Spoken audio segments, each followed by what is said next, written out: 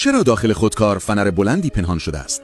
در واقع خودکار یکی از پیچیده‌ترین دستاوردهای مهندسی در جهان است و هیچ کشوری به تنهایی نمی‌تواند آن را به طور کامل تولید کند. ابتدا تکه‌ای برنجی تقریباً به ضخامت و طول 5 میلیمتر ماشینکاری می‌شود تا نوکی فلزی با قطر 1 میلیمتر و سوراخی 0.5 میلیمتری در جلو ساخته شود. این سوراخ بسیار ریز برای نگه داشتن گوی کوچکی از جنس کاربید تنگستن است، ماده‌ای که سختی آن تنها از الماس کمتر است و همان ماده‌ای است که در مغز گلوله‌های زره‌پوش استفاده می‌شود. سپس فنری کوتاه حدود 10 میلیمتر داخل نوک 5 میلیمتری قرار می‌گیرد. این فنر کلید اصلی عملکرد خودکار است. پس از آن کارگران نوک را به بدن متصل کرده و مخزن جوهر را می‌سازند.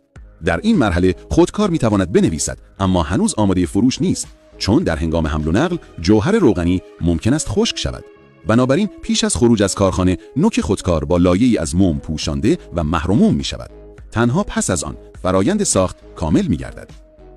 آیا می‌دانید چینی‌های باستان چگونه بامبو را به کاغذ تبدیل می‌کردند؟ پس از قطع بامبو، پوست بیرونی آن با یک چاقوی تیز جدا می‌شد. سپس بامبو را خرد کرده و در آب می‌خیساندند. وقتی الیاف نرم می‌شد، آنها را بیرون آورده و به قطعات کوچکتر می‌بریدند.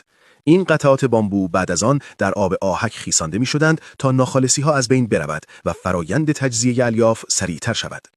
در مرحله بعد بامبو به طور کامل شسته میشد و به صورت منظم در دیگ‌های آهنی مخصوص چیده میشد تا چندین روز به طور مداوم بخار داده شود تا زمانی که الیاف کاملا نرم شوند.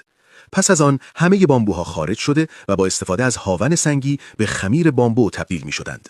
امروزه این هاون‌های سنگی با ماشین کار میکنند، اما در گذشته این کار کاملا با نیروی انسانی انجام میشد. سپس خمیر بامبو با آب مخلوط شده و به خوبی هم زده میشد تا مایعی یک نواخت برای کاغذسازی به دست آید. در این مرحله صنعتگران ماهر با استفاده از قالب کاغذسازی لایه‌ای نازک از این مایع را به آرامی بالا می آوردند و آن را روی میز پرس قرار می دادند تا یک ورق خیس کاغذ شکل بگیرد. پس از انباشته شدن تعداد مشخصی از ورقها، آنها را تحت فشار قرار می دادند تا آب اضافی خارج شود. سپس کارگران هر ورق را با دقت روی تخته‌های خشک‌کن می‌گذاشتند. در نهایت کاغذی به دست می آمد با سطحی صاف، دوام بالا در گذر زمان، جذب عالی مرکب و کاملا مناسب برای خوشنویسی و نقاشی مرکباب.